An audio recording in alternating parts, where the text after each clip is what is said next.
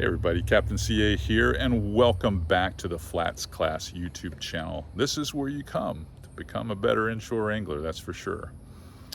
So, got back from the East Coast, fished over there with All-Pro Center, retired Brandon Linder of the Jacksonville Jaguars. What an outdoorsman. This guy loves to hunt, he loves to fish, and we decided while I was over there, other than doing the Tidewater Diary episode, for those of you that follow us on Instagram and TikTok, we decided that we wanted to do an episode of FlatsClass TV. Now, I do not guide in Jacksonville.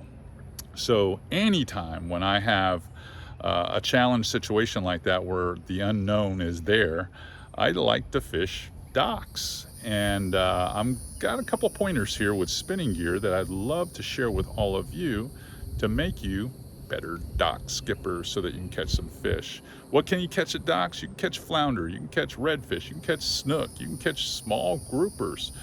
Almost everything utilizes that little ecosystem. So let's come to the bow here and we'll talk a little bit about it.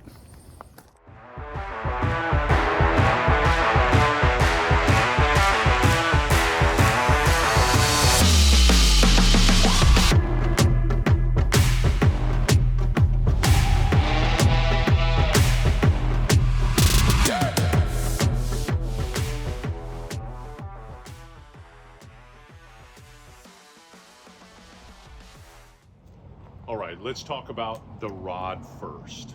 I do not like a long rod for skipping docks. I like a rod that is either like 6'10" to maybe 7 foot long, and I'm 6'5". Now, standing on a low profile skiff deck, it doesn't afford me to throw a longer rod. Like if I were on a center console, you might be able to get away with it. But in general, you're going to have a lot more accuracy and a lot more control if you're using a 7-foot spinner. So the one that we're using for demonstrative purpose is this Terramar PX. And here are the numbers on it so that you can look it up. All right, it's a 7-foot medium heavy fast action rod. If you want something a little crisper, you don't really have to go past medium heavy. You just go to medium heavy extra fast, which will be a little crisper tip. So if I wanted to go to the Terramar Double X series, and pick the same blank, that's what I would have. But for this, I've also mated this rod up. This is a 4000 Twin Power XD. Why the Twin Power XD? It's your preference. You go with just a 4000 size. I like the XD. It has a nice big power knob here. It's got 20 plus pounds of drag. It has a larger drag surface with a lot of adjustment in it. I generally pack this full of 15 or 20 pound Power Pro Super Slick V2 because I want a little abrasion resistance, a little thickness, because there are going to be some nicks and scrapes along the way. I also utilize 40-pound fluorocarbon. I typically tie 3.5 to 4 foot. Now that's a small knot there. If you look at it, that's the modified Albright. And all that comes down to this bait.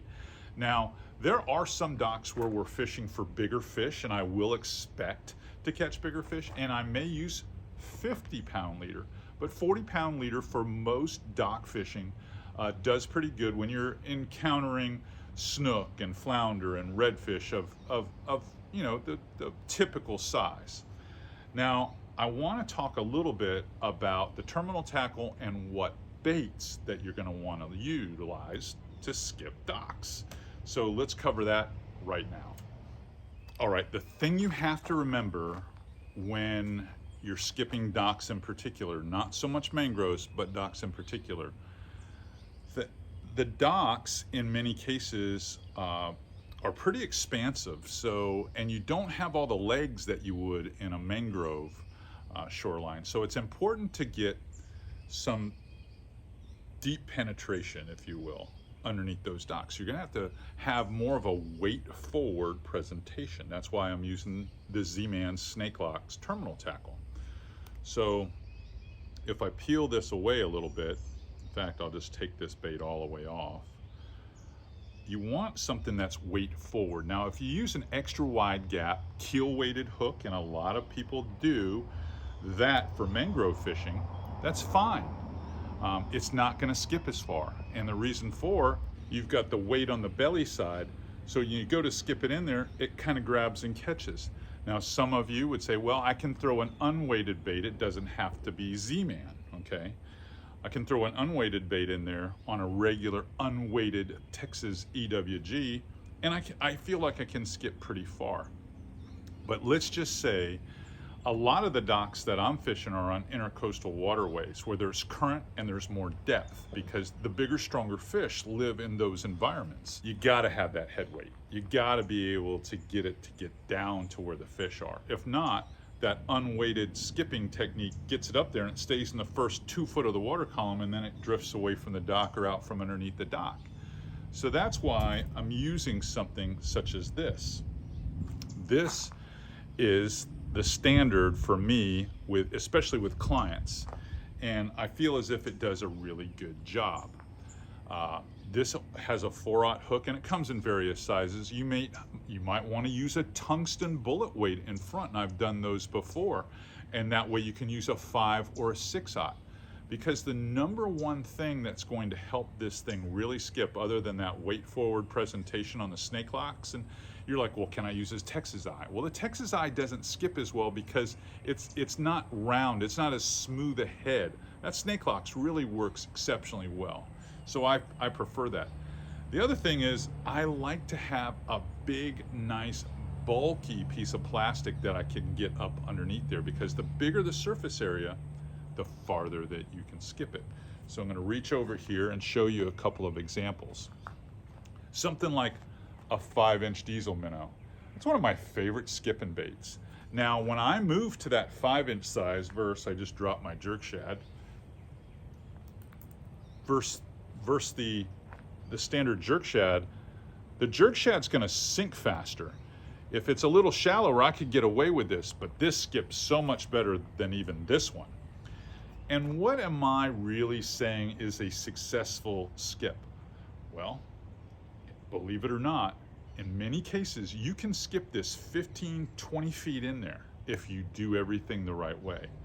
And we're gonna talk about that in a little bit, about the distance. Now, some unorthodox baits that you might not think of that work really well that I borrow from the bass side are the goat and the billy goat. And it's because you can see that thoracic part of the bait, well, it's very flat. It allows itself to be skipped back there. So it skips, skips, skips, and then it kind of gently falls down with those swimming legs down to the bottom. You want to get it down to the bottom because that's where the redfish and stuff are sitting around the base of those pilings and whatnot. And so are the snook. They're built for current. But these 3 baits, the bigger diesel, the 5-inch jerk shad, and the goat, these are 3 of my favorite skipping baits that inshore guys can use around docks and have a ton of success. Remember, that weight forward look is what you want. Now let's address the thing about where the skipping should begin and how you get that distance. We're going to talk about that. Okay, let's talk a little bit about how you get the great skip.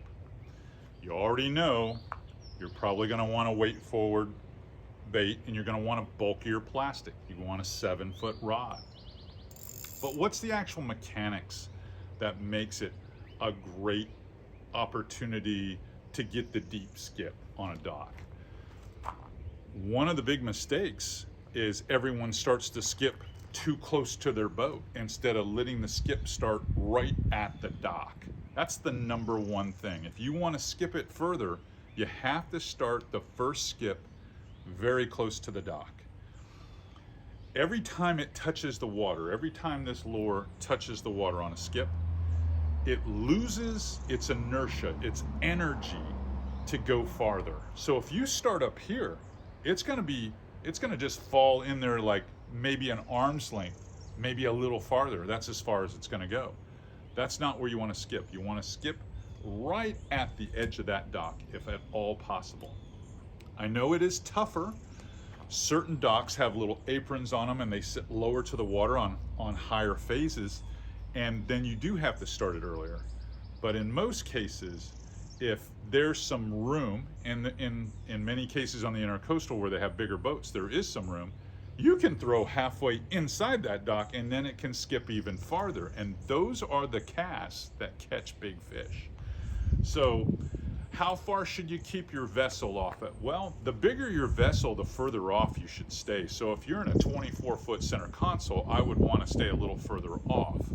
But if you're in a small skiff or you're in a kayak or something like that, naturally you can be a little bit closer. But a good rule of thumb for me is to stay a minimum of 30 feet, probably closer to 45 feet off the dock. If I can stay 45 feet off the dock and then I know I can skip it in there another 15 feet, maybe 20, then I'm in there where those fish feel comfortable, and I'm going to be able to fool them with an artificial. So that's what I'm talking about. Now, I'll generally, when I skip, I only have probably about that much line outside the tip top. And then my cast is going to be a powerful, just drive it low. I don't want to lift the rod up too far until after I've let the bait go. So I'll cast, and with spinning gear, it's going to be more of a two-handed cast. It's going to be kind of a slide. So you're kind of, I've got a trailer tongue there. So you're going to try to slide it underneath there. And just let it slide, and as it's going in there, you can lift the tip up just so that that line can freely come off the spool. It's a little different with a bait caster when I showed you that earlier in the year, and you can go look for that video right now on skipping docks. My guys will put it in the description below so you can watch that video as well. But when you're doing it with spinning gear, it is really, really important to be able to generate that inertia and get it going and keep that rod low before you start lifting that tip up. You don't want to start high. In fact, a big rule of for me and giving it to my clients is the fact that I don't want them swinging high, because if they swing high and they keep that tip up too high, they end up putting it on top of the dock or hitting a boat or something like that. To keep it as low as possible for as long as possible before it makes that first skip near the dock, that is key, absolute key. And if you do that, you're gonna catch snook, river snook, like I did with Mr. Linder right here, the All-Pro Center. So if you want to fish docks effectively, employ some of these tips. I'm telling you, they're gonna be game changers for you. And speaking of game changers, go over there and subscribe to this channel right now, because we wanna be a game changer for all of you for inshore fishing. Give us a thumbs up, hit the notification bell, because all of that stuff allows this channel to grow faster. I can bring more tutorials. You're already watching the Tidewater Diaries here and FlatsClass TV. Can you imagine us giving you these type of videos every day? I can, and when we get to 50,000 subs, that's what we're gonna do. In the meantime, I'm gonna set up and get ready for our next FlatsClass YouTube video.